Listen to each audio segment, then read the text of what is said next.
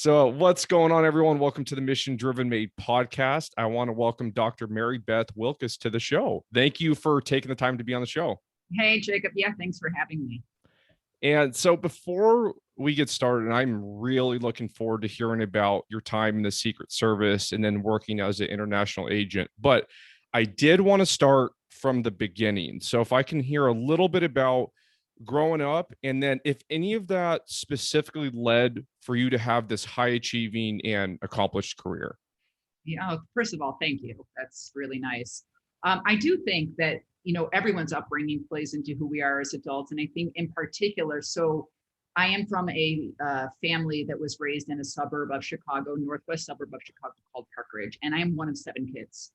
So One of 7? Yes. Gotcha. Now, let me just add to that. I am 6 girls and 1 boy. Uh-oh. Right. So, and again, like this just keeps getting better. And the first 5 of us are literally 1 year apart. So I am the 5th on that train. So when I was in high school, I had a sister in each grade and I was a freshman, and my brother had just graduated and gone into college. And then my younger sisters are 3 and 8 years younger than me. So when you look at birth order, I would say that a lot of the things I did, I was doing to distinguish myself from my siblings, as it got so annoying being compared to them. Now, just to say, my parents thankfully never compared us, and never, just throughout the years, even if we compared us to them, like if I was said, oh, well, Anne got X grade in this class that I'm not doing so well, and she goes, doesn't matter what Anne does. It matters like what you do and what effort you're putting forth. But we were comparing ourselves to each other. And I think when things like playing volleyball instead of tennis, all 4 of my older siblings played tennis. And I was like, I'm playing volleyball. I also am taller than all my siblings, so that mattered. And then I took Spanish instead of German. All 4 of them took German. And I was like, no offense to anybody listening in your audience, but I was like, how is German going to help me? And so I ended up taking Spanish, which has been extremely helpful for me, particularly in the world of international executive protection. And finally, along the lines of kind of, what I think played in is my junior year of high school, I took an elective called criminal law. And amongst other topics, I just remember one day he was just talking about, kind of being like a good athlete and how that plays into being a good law enforcement officer. And I was like, oh my God, I know what I'm going to do for a living. I'm going to be an FBI agent, right? So that kind of led me to study criminal justice at Indiana University in Bloomington, Indiana. I got a minor in the Spanish language. I ended up living in Spain for 3 years, and all of that just sort of, when I came back from living in Spain, that's when I applied to the federal government. I applied to the DEA and the Secret Service.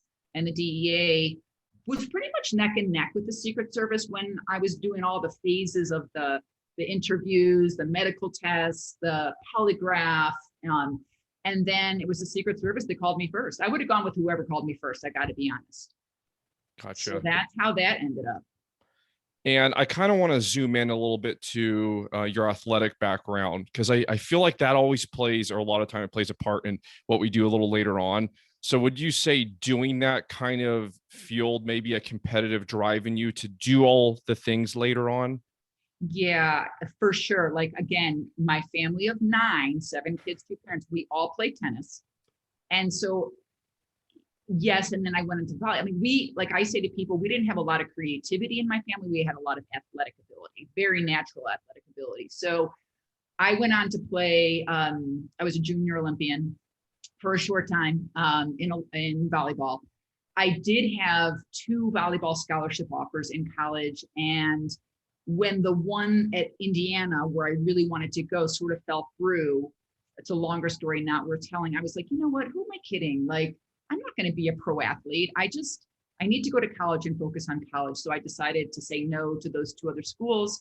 And I went to Indiana strictly academically focused. But I do believe that the discipline, the competition, the putting structure in your life to make time for that is all still part of who I am today at 56 years old. So, this many years later, it's still a part of who I am. And then when you started studying everything criminal justice related, you just knew right away, like, this is the path that I want to do, and just took off from there. Yeah. And to add to that, in my father's company, he worked in downtown Chicago at the Merchandise Mart. And so when we lived in a suburb, like I mentioned, interestingly, kind of maybe a few years in, a guy that was the VP in charge of operations.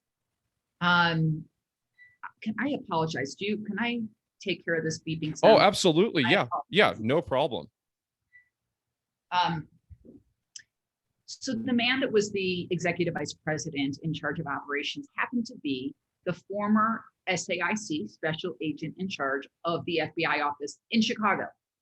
So yours truly would take the train down in the summer, have lunch with my father. But before that, my dad would like trounce me through the office and say, oh, this is my daughter that wants to be the Charlie's Angel, right? So it was kind of a joke in the family. And then he would take me to see Marlon Johnson and we would chat. My dad would leave me for as long as we needed to. And he said, like, let's say I was sitting there with Marlon Johnson. He would say, what kind of questions do you have? And I would say, I would ask him whatever. And if he couldn't answer, he would say, just a minute. And he would get somebody at the Chicago field office of the FBI to come on and say, oh, I have this young lady that wants to be an agent. I think she'll be amazing, but she has a question for me that I can't answer. And I would have all my questions answered. So for me, that made things far more like accessible and seemed like it was possible, because here was this human being that was just pretty normal, larger than life in some ways, me being 16, 17, 18, but really made it seem like it was okay to pursue and not unattainable. Don't you just love when you meet those people? They're in those positions kind of authority, or they're where you want to be eventually, but they're completely human at the same time. I always just felt so motivated when I met people like that. 1,000%. And I suspect that you and I are similar, that we've paid it forward so many times over so that people would have access to us. Absolutely. Definitely trying to, at least. Yeah. And then during your studies, how were you as a student? Not phenomenal. I would say phenomenal when it came to my last 2 years, where the classes were concentrated in that area of policing and criminal justice, when it became really what I wanted to study. My first 2 years were like, okay. I think I graduated with like a 3.3 maybe. And then, I do have a master's in forensic psychology, killed it. I mean, I was on dean's list every time. It was 10 years out of undergrad. And honestly, I was like a kid in a candy store. I was like, oh my God, I wish this was more than 2 years, because these classes are amazing. I was taking psychology of the victim and profiling and all these things that were amazing in 1998 and 1999. That is absolutely fascinating. I don't know too much about forensic psychology, but it seems just very fascinating. I could see how easy it would be to like get really into it. Well, it's a fancy term for criminal psychology. Gotcha. Yeah. So it's studying, like for me, I studied the mind of a criminal so I could help those that were victimized. That was my goal. And it was awesome. It was amazing. So academically, undergrad, but in graduate school, both in my master's program and my doctoral program, I did very well. And then the graduate program, was this after the United States Secret Service came? Way after. Okay. So if I graduated college in 87, I went into the Secret Service in 91, ended in 92. I had a very short career, and you'll have to read my book to know why. And your audience will have to read my book to know why. And then I went back to get my master's in January of 98, ended at the very end of 99. And then I didn't go to get my doctorate until 20 years out of undergraduate in 2008. Gotcha. Yeah. And then how about actually getting into the Secret Service? I'm really looking forward to hear about this. So yeah. I just assume it's very competitive. I assume there's lots of applicants. So can you kind of talk about the process of getting in and how you dealt with the competition? Because I've talked about this with my audience before. It can be very intimidating when we're trying to get a job or in some career field, and there's so many people gunning for that job. So trying to understand, how do we deal with that competition as well? Absolutely. I think, because I do teach at George Washington University and I do counsel and mentor a lot of students there, it seems even more competitive now. However, maybe it's just because more stuff is out there, and there's something called an internship that, quite frankly, when I was going to college, didn't exist. We just did jobs in the summer, right? Right. So the other thing I would say to your audience before I tell you about the process with the Secret Service is there are, I'm not going to say hundreds because that would be a lie, but dozens, if not over 100 different agencies that train down at the Federal Law Enforcement Training Center. And that's not the only training center. You also have, you also have the FBI training center. CIA has their own training center. So, so everyone thinks of FBI, Secret Service, ATF, DEA. A lot of people don't know about all these other agencies. Like I have a really good friend that's at the Pentagon, Joint Terrorism Task Force. People are like, oh, NCIS, Navy Criminal Investigative Service. People thought, oh, well, I thought you had to be in the Navy to be an agent for the Naval Criminal Investigative Service. So, things like that. I just would really encourage people to go on USA Jobs and do searches for, federal law enforcement agencies in the United States and see what comes up. So that being said, for me, when I applied, it was, in 1990, when I had come back from living in Spain. And I applied, like I said, to the DEA and the Secret Service back before you lucky people now had computerized. We had to write everything in our applications, and I didn't mail it because I was paranoid it might get lost. So I brought it down to the offices in downtown Chicago.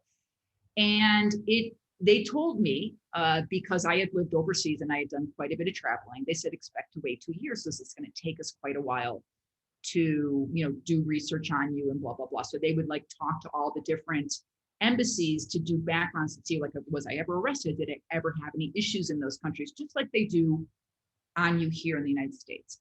So the process is, you put in your application, then it's like the waiting game, like anything. Now, I will say that I really feel, if my memory serves me correctly, that the DEA and the Secret Service were really head to head as far as how they were proceeding. Like if one of them was calling me to do the medical test, meaning they're going to test your hearing, your eyesight, they're going to do urine test to make sure you aren't doing drugs. And if we can come back to that, if you don't about the drugs. Of course. The other one was calling me. And if one was calling me to do a panel interview, the other one wasn't far behind. And, they were both doing the background check, which is the final step. The Secret Service has a polygraph, the DEA does not. So, but still, they were pretty much doing the background right around the same time. And, that's where I thought it was going to take a really long time. So the paperwork in the beginning can be really long. And then when you make it to say the polygraph or a certain point, there is another set of paperwork called the SF-86. And that's for, national security positions. That's when you talk about your drug use. You have to list every member of your family, their spouses. And you can imagine in my family, I was like, are you kidding me? And thankfully not everybody was married at the time because it would have taken me forever. But they do look into everybody in your family. And so, the panel interview I thought was pretty intimidating. I have to say, you sit there with 3 agents. And for me as a female, I think on both, there was always one female. They always made sure there was one female. And there's really nothing you can do to prepare for that besides just being comfortable with your own background. And, I think they asked me questions like, if you could talk to 3 people that you admire, who would they be? Nothing you can really prepare for except for, who do you admire and why would you want to talk to them? Now, with the DEA, because you can imagine they're focused on drugs. And I was at the time very bilingual in Spanish. In the middle of this panel interview, this guy walks in, he plops himself down next to me, starts chatting with me in Spanish. We're going back and forth, back and forth. He stands up, he goes, I could work with this woman, and leaves the room. And I'm like, what the hell just happened? Was he an agent? Yeah. Yeah. And do you mind if I give a little bit more info on that? Please, I would love to hear it. Yeah. So fast forward, I go back to my job, that I'm working, which is this job I'm working at the Center for Democracy, and I'm doing election observations. And I became this Latin American specialist because of my Spanish. I'm in El Salvador, and I'm working with a female friend of mine. We're waiting to have a meeting in the lobby with our boss and a few other people to talk about our strategy for the election observation. And there's some guy in the hotel bar where we're just sitting there waiting. And it looks like he's hitting on me. Okay. And I look at my friend Pam, I'm like, let me just go sit over there, like this is annoying. And as we're having our meeting in the lobby, about 20 minutes later, this guy comes up behind me and he whispers in my ear, does the DEA mean anything to you? And all of a sudden the light bulb goes off that this was the guy that had walked into that interview in Chicago and said to me, you know, chatting in Spanish back and forth, I could work with this woman. And I got up from my meeting and I was like, oh my God, I didn't recognize you. He goes, I knew you didn't recognize me, but I'm here undercover. And if you all of a sudden recognized who I am, we could have both been killed. And I was like, holy shit, this is what my life would be like if I was going to be working for the DEA. Another reason I'm glad the Secret Service called me first. I would have loved it in my 20s, but not, you know, it just would have been a very different lifestyle. Wow, that's pretty intense. Isn't that wild? Yeah, Wow. I never told people that for so long because I was kind of paranoid, you know? And then, so eventually you get selected. What happened after that with the Secret Service? So I apologize. I didn't finish the story. So here's me going back to my job in Washington. I moved from Chicago to Washington. That's where I found a job. And I expected to wait 2 years. And one time I was coming back from El Salvador. I was going to spend the weekend in Miami. So I'm in my hotel room back before the days of cell phones. So I call my office in DC. I'm like, hey, you know, Jeannie, any messages for me? She's like, oh yeah, I don't remember his name. Agent so-and-so called you from the Washington field office. I figured they needed something else or there was going to be another step. And I call from my hotel and he's like, hi, Mary Beth. And I was like, hi. And he goes, and he starts laughing. He goes, this is agent whoever calling to offer you a job with the Secret Service. And only like 8.5 months had gone by. And I was so shocked, I swear I almost fell off the bed, but I was like, oh my God, like I think I was like almost like speechless. And he offered me the job and we worked out a start date and like it just kind of went from there. And I was already living in Washington, DC, and I did end up staying in the Washington, DC field office, which is called WFO, Washington Field Office. And it's really the nucleus of the Secret Service because the president and the vice president and their families living there. And then a lot of the official foreign dignitaries that come in as guests of the president. Right. And so you get the call, you're excited, you know, you're about to start with the Secret Service. And from there, did they send you to an academy or some type of training, I assume? Yeah, so we have 2 different phases of training in the Secret Service. The first one's down in Glencoe, Glynco, Georgia, at what's called the FLETC, Federal Law Enforcement Training Center. That for us, I believe, was about 9 weeks. I think it's a lot more now. It was about 9.5 weeks. And that is what they call criminal CI school, criminal investigator. Okay. Because when you get hired by the government as a federal law enforcement agent, you get hired as what's called an 1811, which is a criminal investigator. So when you're down there, you could be with State Department agents, IRS agents, Department of Justice, Department of Homeland Security. At the time, DHS didn't exist, but I'm saying now they're down there. Right. And then when you finish with that, we all went back to our respective field offices and waited for the next class to be held. That's held in DC just for Secret Service agents. So who I trained with down in FLETC was different than, I mean, there was some overlap, but different than a lot of the people I trained with than just in DC. That was just stuff having to do with the Secret Service. A lot more firearms, a lot more driving, motorcades, defensive tactics, things that are really pertinent to what we do as Secret Service agents. And how was it being the only or one of the only females? Because I read a little bit about your experience. Can you kind of talk about that too? Yeah, sure. I am one of those people that would say, with very few exceptions, I look at it as a benefit, not negative. I am a big, now particularly, I have the words for it because I have my doctorate now, but I really use a cognitive behavioral approach because I believe like what we tell ourselves translates into how we behave. It's mediated by emotions, but we won't get too technical here. So I feel like, for example, I'll give you an example. If a woman says to me that, you know, like when I'm working and I'm in the field in Washington and an older woman says to me, oh, young lady, I didn't know that there were female, you know, she probably said girl Secret Service agents. And I know that some females got really offended by that. And I was like, no, ma'am, there sure are. And it made me feel even more special. I love that. You know, and I feel like I have like 1,000 examples of more when I was in the private sector, but like when I was in Peru, I was protecting this ambassador for the Organization of American States. And on a daily basis, it was pretty much a chauvinist country. And so on a daily basis, people would ask me, oh, are you the ambassador's daughter? Are you the ambassador's secretary? And some had the audacity to ask me if I was his affair. And every single time I was like, yep, yep, yep. Because here's the thing. You are not going to be looking at me if something goes to hell. And I'm the one carrying the weapon. So those extra seconds can not only save my protectee's life, it's going to save my life. So you think about me, you can think whatever you want about who I am, but I know what my job is. So like, that's how I choose to look at things that somebody else might be offended by. And listen, when I was we were 2,000 agents and 9% female. So we were about 180 agents. I looked at it as really nice camaraderie amongst the female agents. I had great friends in the Washington field office. I did not participate, except for once, in what was called the Female Agents Association. And I'm going to share why. And I really hope it's changed. I kept like putting it off, blowing it off. And these women were like, Mary Beth, you have to come to this month's meeting. And I'm like kind of rolling my eyes going, okay, I'll go.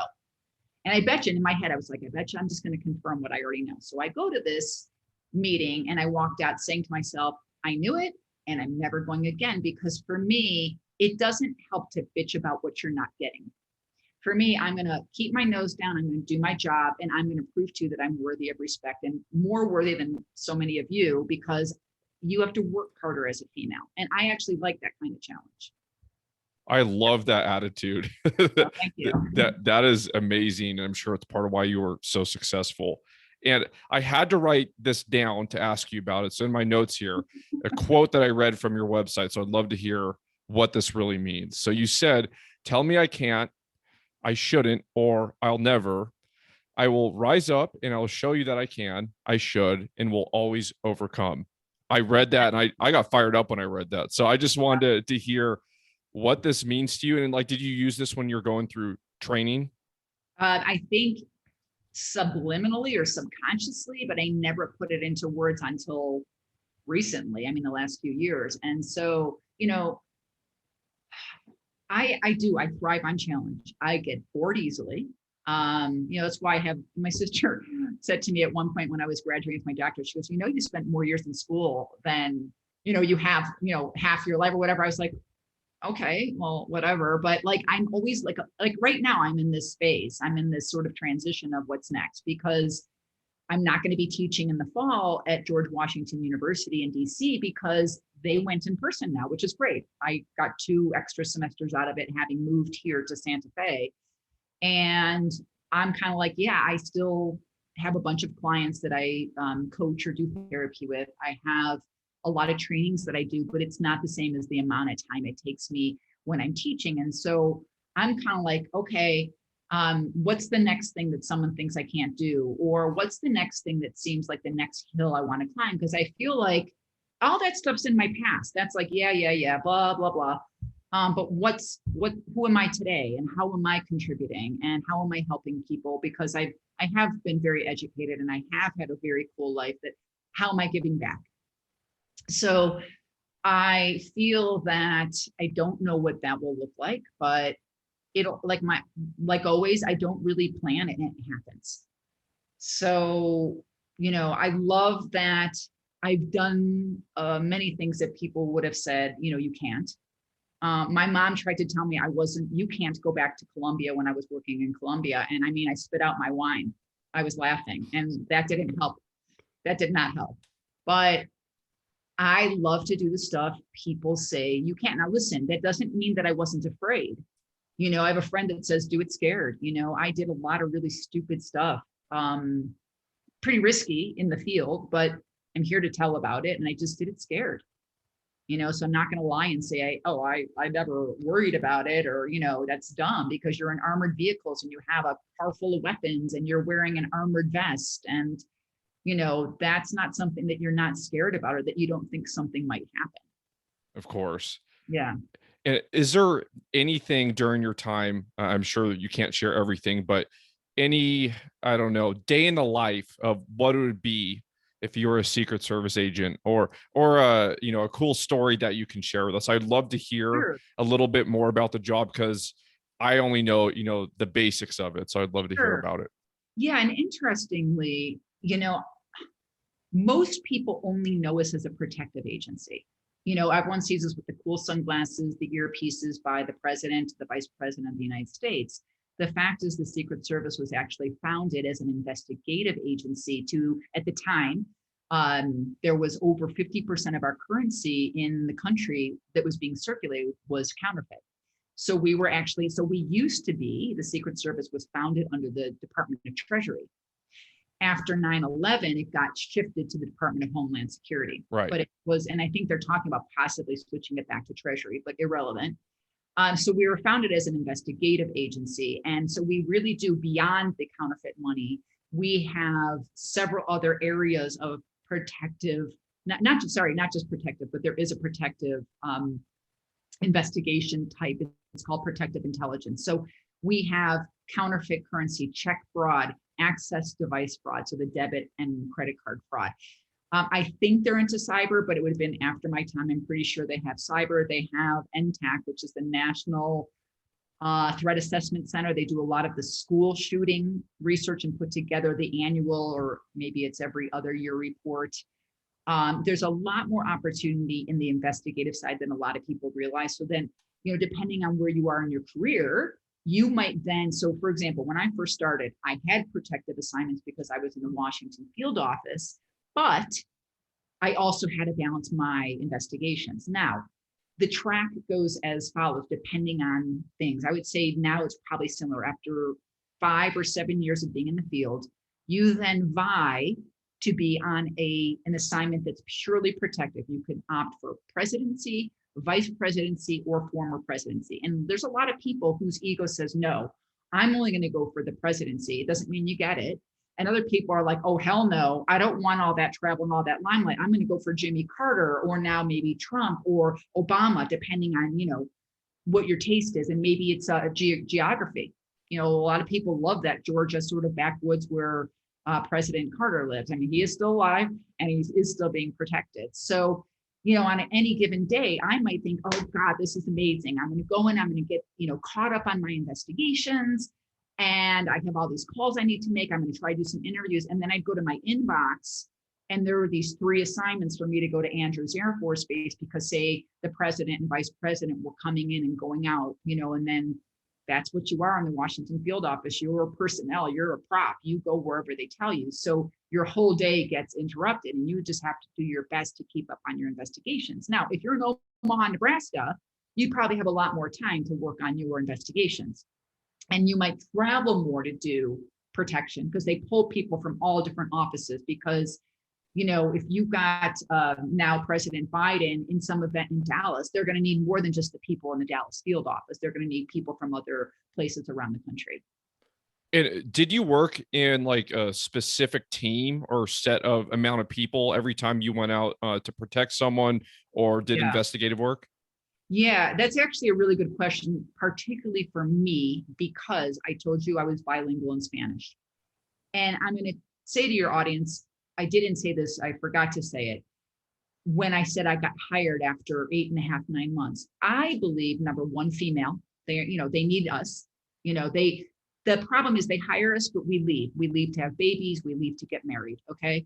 So they needed female. And number two, I was bilingual. So they need bilingual people as well, particularly in Spanish and particularly in the Washington field office. I ended up being the only person in the Washington field office at the time speaking Spanish, which, if you know the size of that, it is ridiculous. It is such a bad logistical move on this. Like, the government isn't always so smart how they use their resources. So fast forward to me as a new agent being assigned. We are always assigned to the check forgery division. It's a great training unit because it's not like these urgent investigations. It's a great training unit. All of my other colleagues that got hired at the same time as me, that's where they focused. But because I spoke Spanish, I had the counterfeit division constantly pulling me to do interviews, raids. They kept trying to get me transferred. And the SAC, especially in charge, like, she's young. She's not ready. She needs more training. They kept pulling me in. So I was being whipped. If a phone call came into the Washington field office of somebody that just spoke Spanish, they'd call me. And my maiden name is Wilkas. So they'd say, yeah, Wilkas, can you take a call? I'm like, sure. And then the guys that were senior that were doing the advances for, say, the foreign dignitaries, when the president of, I remember when the president of Spain came in, and he's like, I remember he peeked around the corner. He's like, Mary Beth. And I'm like, yeah. He goes, will you go with me to do this advance at the embassy of Spain? You know, the president of Spain's coming in. I'm like, sure. He goes, you better be careful about what you accept, because you know this is going to be the first of many, which it was. But for me, the more hours and the more exposure and more experience you gave me, I was eating it up. So I did really get whipped around a lot and known, you know, by a lot of people. And then I think the respect was established very quickly versus someone who's just, you know, stuck in that training unit. And did you find anything, especially while you're out working as an agent, that was particularly challenging or something that you struggled with at all? And if so, is there anything that you had to overcome? Just in the Secret Service, you're saying? Yeah, just in the Secret Service, whether it was a new skill or when you were going through training, there was something that was hard for you, or did it? Yeah. Yeah. Oh, through training, I would say no, because I was very athletic. So that part of the required, you know, three or more times per week that was required, we were training in the summer for, so if you think about Georgia in the summer, very hot and very humid, to this day, that's the weather I love to run in. And people thought I was crazy. And they would have these heat warnings that said, oh, people would be like, yeah, we don't have to go outside and run today. We would do what they were creating for us inside as our mandatory PT. And then I'd go and run. They're like, are you kidding me? Because I was I love to come back just completely drenched. Challenge wise, I would say, and this is going to sound funny, and it's what made me go from a side holster to a shoulder holster. As a female, you have so much equipment on your belt. So you guys, you know, going to the bathroom is a lot easier for you. So if you imagine you're going to the bathroom, it's like you got to take your gun out, your handcuffs, like everything, like where am I going to put this all? So much so that I'll admit to your audience that I effed up once and I left my weapon on the back of a toilet.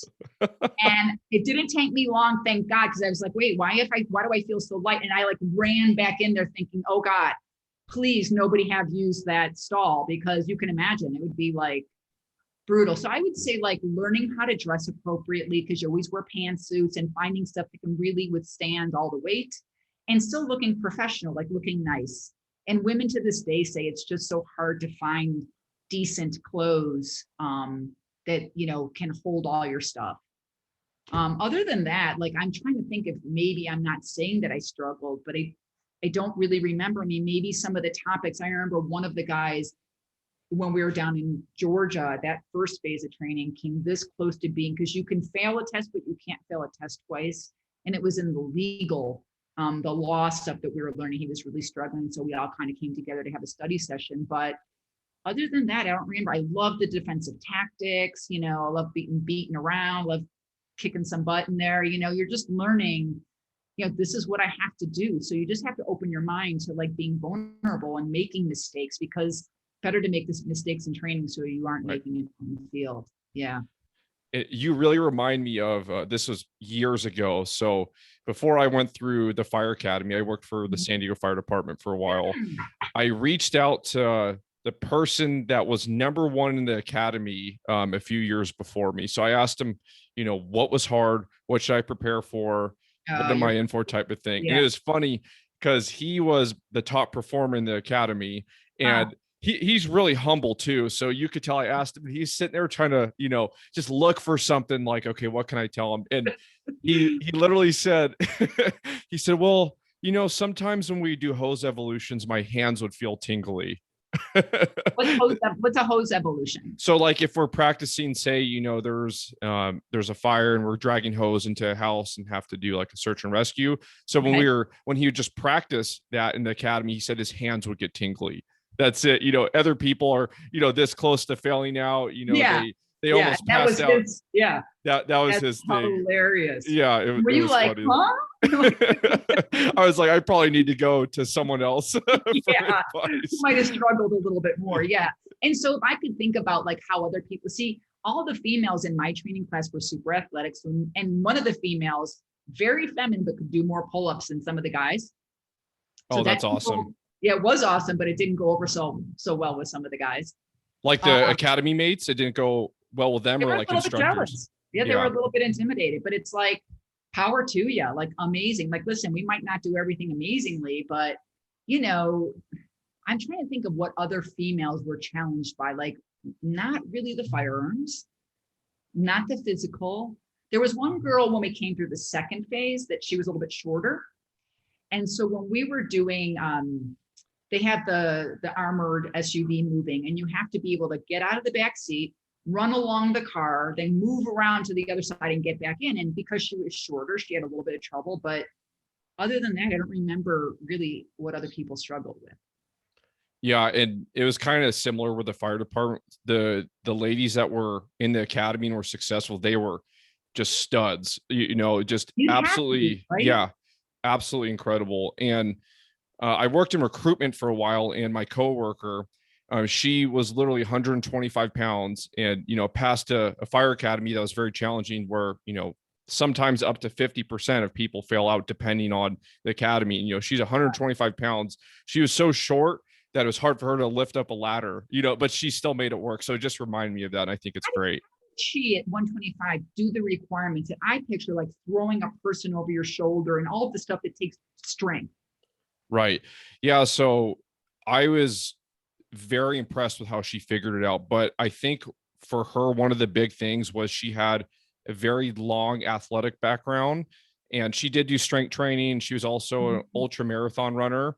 So she was used to doing all these physical activities. So it wasn't just the strength, it was being able to leverage, herself and her mind. Yes, of course, to be able to do that. Cause guys that are over 6 feet tall, it's not as hard to put a ladder on your shoulders. So she just put in lots of effort, and I'm really happy she was successful, because she was a great coworker when we were in recruitment. It's amazing. I'm thinking about like a fire. I don't picture a 125-year-old female showing up. I mean, 125-pound female showing up. So that I give her a ton of credit. That's amazing. Yeah, no, she was great, and did a lot of other amazing things too. Like, she was one of the only female smoke jumpers in California, in the U. Yeah, all this crazy stuff. So she needs to write a book. I know she's really humble though, so it's probably hard to get her to do something like that. But and then after, we're not going to spoil obviously what happened toward the end of your career. I'm going to make sure all the listeners read your book. But after that, if I'm getting the timeline correct, you worked as an international protective agent. Am I saying that right? That's correct. Yeah. So can you kind of talk about what that was in your experience? Sure. So again, without it would be, a 3-hour podcast if we went through why my career ended just over a year and a month at the Secret Service. And so at the time I was like, okay, I ended up with randomly somebody recommending me to work that job as a protective agent in Peru. I also worked investigation. So I really bounced back and forth as what I'd call a freelance protective agent and private investigator. And the book is only about my years as a protective agent. So my first job was in Peru. And that meant that anybody that called me, in this case, it was for the Organization of American States. And it was the first time they were ever hiring protection. And it was because, listen, they had done election observations all over the world, but never in a place where at the time it was very dangerous. There was, and I don't think it exists anymore, but there was a terrorist organization called the Sendero Luminoso, or the Shining Path. And they had bombed IBM. They had bombed an area right behind the US ambassador's home and the embassy, because he lived in a building off the embassy. They had tried to bomb an American Airlines jet, but they only did a little bit of damage at the airport. So because we were considered, aiding Peru and the current government. And then when we came in, the Organization of American States, it was, even though it was the Organization of American States, it was a lots of different countries that were supporting it. It was looked at as an American endeavor. And so therefore, when the ambassador made the decision, he's like, no, I can't put these many people, all these observers, at risk. So we had an 8-person team, 7 men and me, and just one other that was a former special forces guy, and I were the 2 that were tasked with protecting the ambassador. Everybody else, 4 of the guys were sent off to the what were they called, sort of smaller offices, because the election observation had to cover the country. So they went to the respective satellite offices. And then 4 of us were based in Lima, 2 of us responsible for the ambassador. And so really it meant anything. I did things where, you know, we were told in our hotel in Lima not to leave because there was a bomb threat. I go, so here's me to myself. I'm like, right. So I'm going to sit here as a sitting duck while there's a bomb threat. And I was like, well, bullshit. I'm leaving. I'm going to go out for dinner. And here's the thing, lots of brownouts, lots of, lack of electricity. I would go to these restaurants. I sometimes would be the only person in the restaurant. They would have using a generator so that they could cook. And I would chat with the people about what was going on in their country because of the, the Sendero Luminoso, the threats. When I was there was a hotel about 2 blocks away in the same neighborhood. It was a very nice neighborhood that they bombed. And it was right next door to a group of election observers from Canada, if I recall correctly, not our group. A lot of those people ended up going home, very, very scared, I can understand. And I remember a lot of the election observers saying to me, Mary Beth, like, what do you think? I go, well, I'm staying till the end. So it's really up to you. I'll be here for you guys. And I don't think we had anybody leave, but I will tell you, also being an election observer at the time in Peru, they also gave an extra $100 a day. And this is 1992, 1993, not just for me, but for people from countries where you don't even make that in a month. So it was partially incentivized by the financial, but none of us ever got hurt. I think the worst thing that happened is people got altitude sickness when they went to Machu Picchu. So, fast forwarding, I would go from working something like that to then coming back and working a family in Sarasota, Florida that was they were billionaires and they had 3 little girls. And similar to protecting the kids and grandkids of the president, you kidnap somebody close to somebody of power or somebody of money, you can just stop them dead. Right. So that's the mentality in a lot of wealthy families, why they do hire protection teams. In this case, I did have another female on my team, and we were protecting a family. It was called the Dart family. So if you have a styrofoam cup, this isn't styrofoam, but you look on the bottom, it'll say Dart, Sweetheart, or Solo. And I actually protected one of the Dart families. Wow. And then I went to Haiti for, 9 months, and that was a total. Can I swear on your? I've already sworn. Of course, I'm all about free speech. About free speech on the podcast. It was a shithole. It was like so many of my teammates got sick. It was just, oh God, it was a shithole. But it was an amazing learning experience. It's a bad term, and I've never come up with the right term, because I say in my book, and I say here, I burned out, and that's what pushed me to go back to get my master's. But it's not totally true. It was more because it was a combination of things. I mean, everything happens for a reason, but I was working with, so it was 10 men and me. That was the team. And I was not very welcome by most. I think because of some of the activities they were participating in, the local females for rent. A couple of my teammates had live-in concubines, and I say a couple of my teammates that were married men. And I think there were a couple that, were pretty straight, but it was really not easy for me to go, okay, so you're not only living with a local prostitute, but you're drinking so much freaking alcohol, and I'm supposed to depend on you to cover my 6. And at one point I'm sitting in the command post, and we had, a witch burning. Haiti practices both Catholicism and voodoo. So one day someone goes, Wilkas, you need to come out here and see this. And I go out to the west gate, and there is a person with 3 tires thrown on them, doused with gasoline and burning, because that person had been deemed a witch because of the voodoo in that country. And there were shots fired, whatever. And I'm recording. I remember recording, and I was like, and I remember thinking to myself, I'm recording this as if this were normal. And this is not flipping normal. I need to get back to normal life. And I know might sound a little arrogant, but I was like, I'm just too smart for this industry. I need to get back to graduate school. So I announced that I was leaving the industry. I went back and got my master's in forensic psychology at the end of 99. Now, 2 years later, 9/11 happens. And I volunteered my psych services to so many agencies in New York. And this is very cool, but they all said, like Red Cross, thank you so much, but we have an overabundance. Try this agency, try this agency, try this agency. Everyone said the same thing.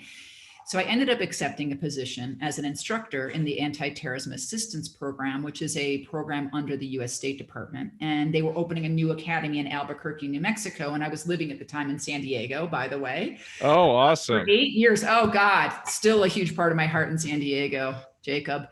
And I was like, okay, if this is the way I'm going to do my patriotic duty, I'll do it through this program.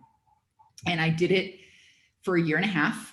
And it transitioned into an offer from the US Embassy in Bogota, Colombia, to be what my title was the US Security Advisor to the Minister of Defense and Vice President of Colombia. It ended up just being focused on the Minister of Defense, but when I was originally brought down there, my other colleague was the US Security Advisor to the President. So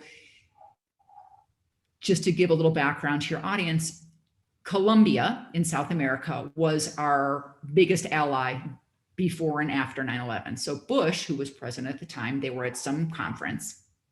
And Bush says to, at the time it was President Alvaro Uribe, and he says to him, President Uribe, anything we can do to help out? He goes, well, I got to be honest. My guys, my protection team could really use some training. And our program was already started in Albuquerque. And apparently Bush looks to Condoleezza Rice and says, what can we do? And she goes, I know just the thing. So because the program, it was post 9/11, it was so popular because we trained all the people from countries what we call friendly foreign nationals, because they were vetted by the State Department, but these were not US people we were training. We were training people from other countries, usually very poor. And they would come, say they were protecting a king, a prime minister, a president. And they were only allowed one group of anywhere between 12 and 18 people because it was such a popular program. We had like a really long waiting list. Well, this President Uribe of Colombia to President Bush to Condoleezza Rice ended up allowing them to have 5 groups of people come through. And they came through as teams of like shifts that they worked with. So it was amazing that I ended up training 3 of them before I ended up accepting a job to go to Colombia. So when I got there, in another very chauvinist country, I knew a lot of people, and I'd show up at the palace. I remember the first day I showed up at the palace, they'd call me Maribel. That's my name in Spanish. What are you doing here? You have to come to my house and meet my family. So it wasn't like, oh, who's this female telling us what to do? Because again, not a lot of women worked on those teams. So that was one of my goals, was to get more women on the protection teams down there. And how long did you do that for? 2.5 years. Yeah, it started out as a 3-month contract, and it got renewed, I think, for 6. I don't remember. And then eventually it was a year. And, I could have ended up, see, this is where I'm showing and telling you and your audience how I get bored so easily. I could have stayed down there 6 years if I wanted to. And I was making a lot of money. But for me, if I get bored, you can't pay me enough to stay. Amen. So, I left. And my goal was I will not leave. So the first year was purely me focused on the Minister of Defense, who was a female at the time. She left. Another guy came in, again, not getting into the politics of Colombia, but focused purely on what is it they need, because what are they doing? They needed training, but they also needed equipment. So literally our tax dollars paid for things like armored vehicles, weapons, radios, even cameras, like little things you wouldn't even imagine they didn't even have. So that was part of it. Then after the year, we started a training academy because we ended up getting a huge influx in our budget. We were only 3 people. And we ended up getting a huge influx in our budget, and we decided to use that for training. So I said I would not leave until every single member of the teams of the president, vice president, and minister of defense were trained. So that took 1.5 years. I got bored after that first year, and I stayed another 6 months to make sure everyone was trained. So yeah, that's that's kind of like everything. Like, again, sometimes I was on a G5 in luxury, and other times I was in these shitholes, you know, in these garbage piles in Haiti. So it really varied on a day-to-day, week-to-week, month-to-month basis. And then what was life like after you finished that mission? Yeah. I made it out alive party, and I went to Hawaii. I don't think I really realized how much danger. I had a bounty on my head. I never told my parents that. Me and my team, because we were looked at as the FARC, you know, that was the biggest. There were three different terrorist organizations, but the FARC was the biggest one. They looked at us. I mean, they looked at us as, you know, anybody that was keeping the administration alive as the enemy, because they wanted to be able to move their drugs and kidnap people and get money. And so I just remember getting called into the CIA office in the embassy, and them telling us like, oh, you know, you've got to really up security, whatever. And I was kind of like, really not going to do anything differently, but thanks. Yeah. You know, kind of cool at this point to say I had a bounty on my head, but it really didn't change much because, you know, imagine, Jacob, coming out of, so I had the nicest garage where I lived in my apartment.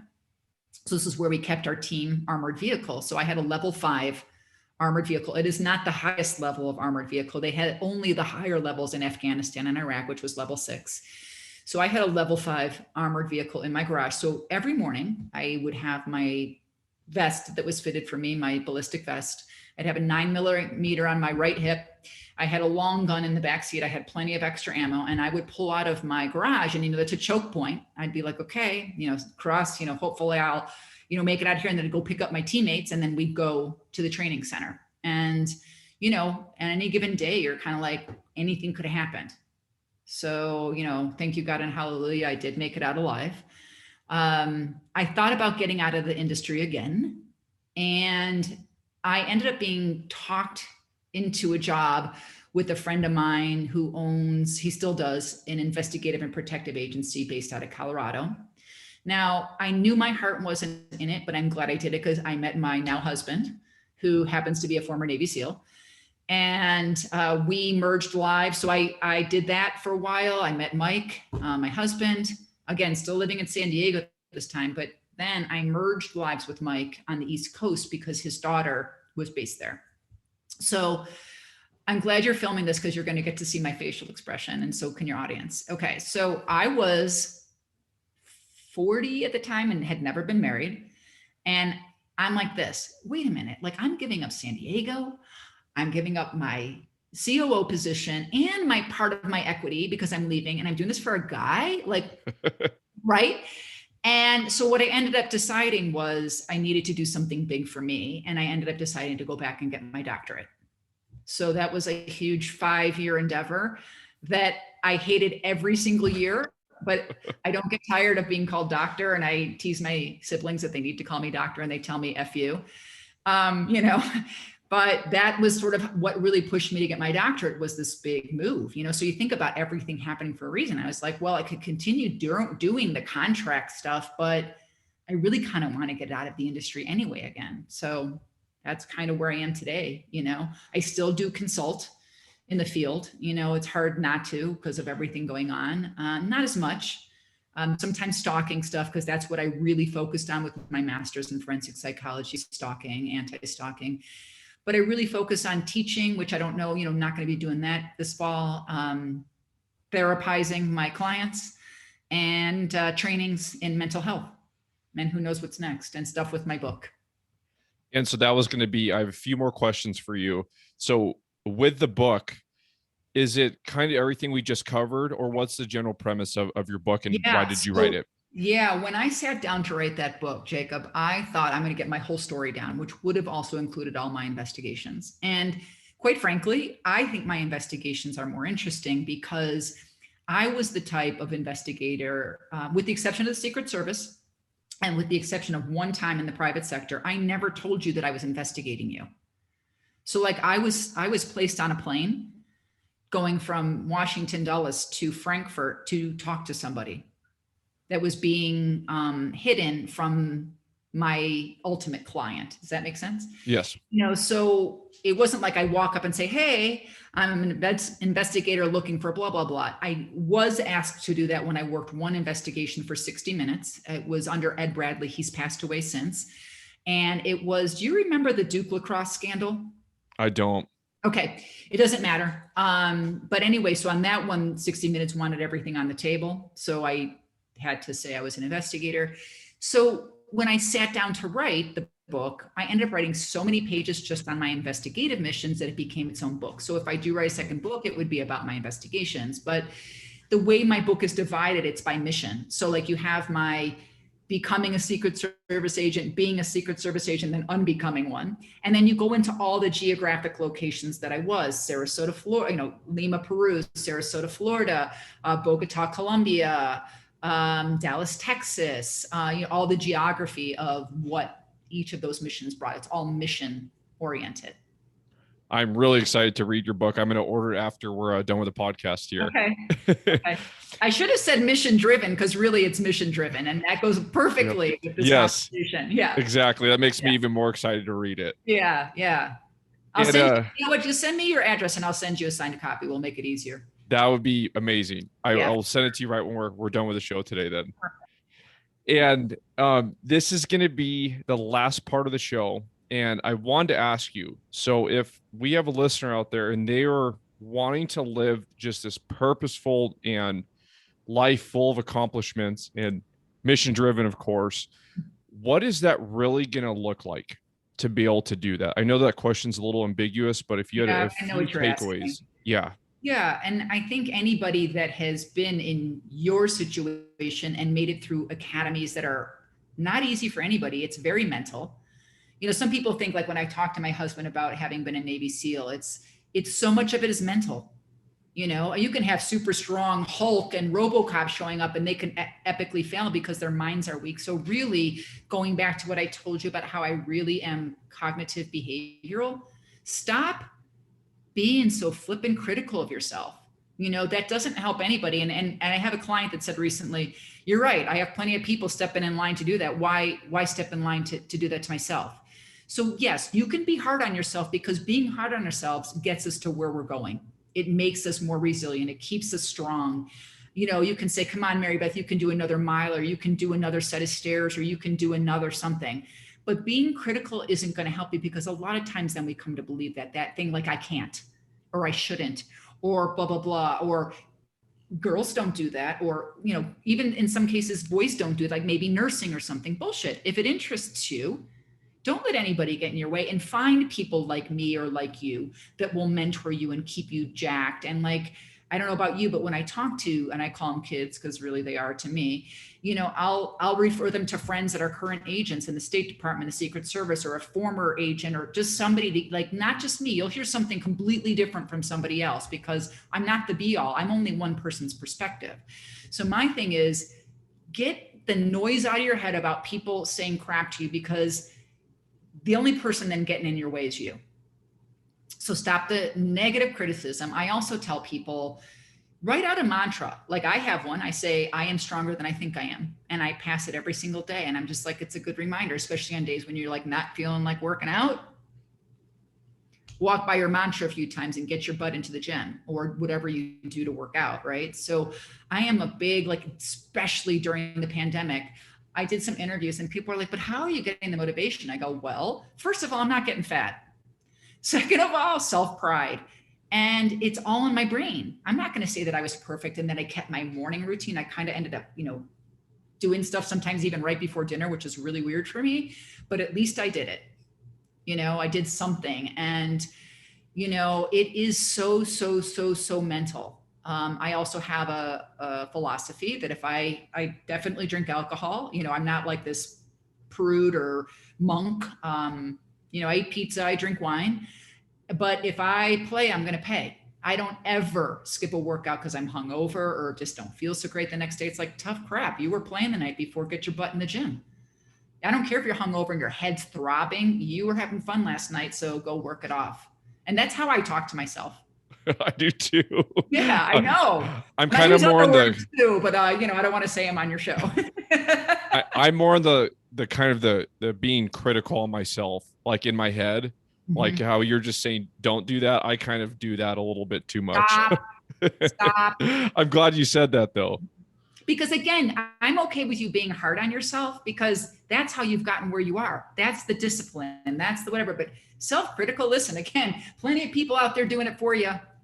Right. That's Yeah. true. That's Yeah, true. it's so true. You could be the best, nicest, most whatever generous person, and people are just going to try to knock you off that pedestal. Yep. Absolutely. 100% agree. Mm-hmm. And where can people connect with you, and where can they go to purchase your book, which I'm really excited to read? Yeah, thank you. So my website is drmarybeth.com. So Dr. Marybeth, MARYBETH.com. You can also contact me, like literally there's a contact form on there. I get a lot of traffic through that. You can buy my book on Barnes and Noble. Most people, I think, buy it on Amazon. Almost anywhere you can buy books. You can get it in e-form, hard copy, and paperback. So I think the hard copy still takes longer because it comes from a different printer, but even me getting them, it took forever. And I'm like, what the heck?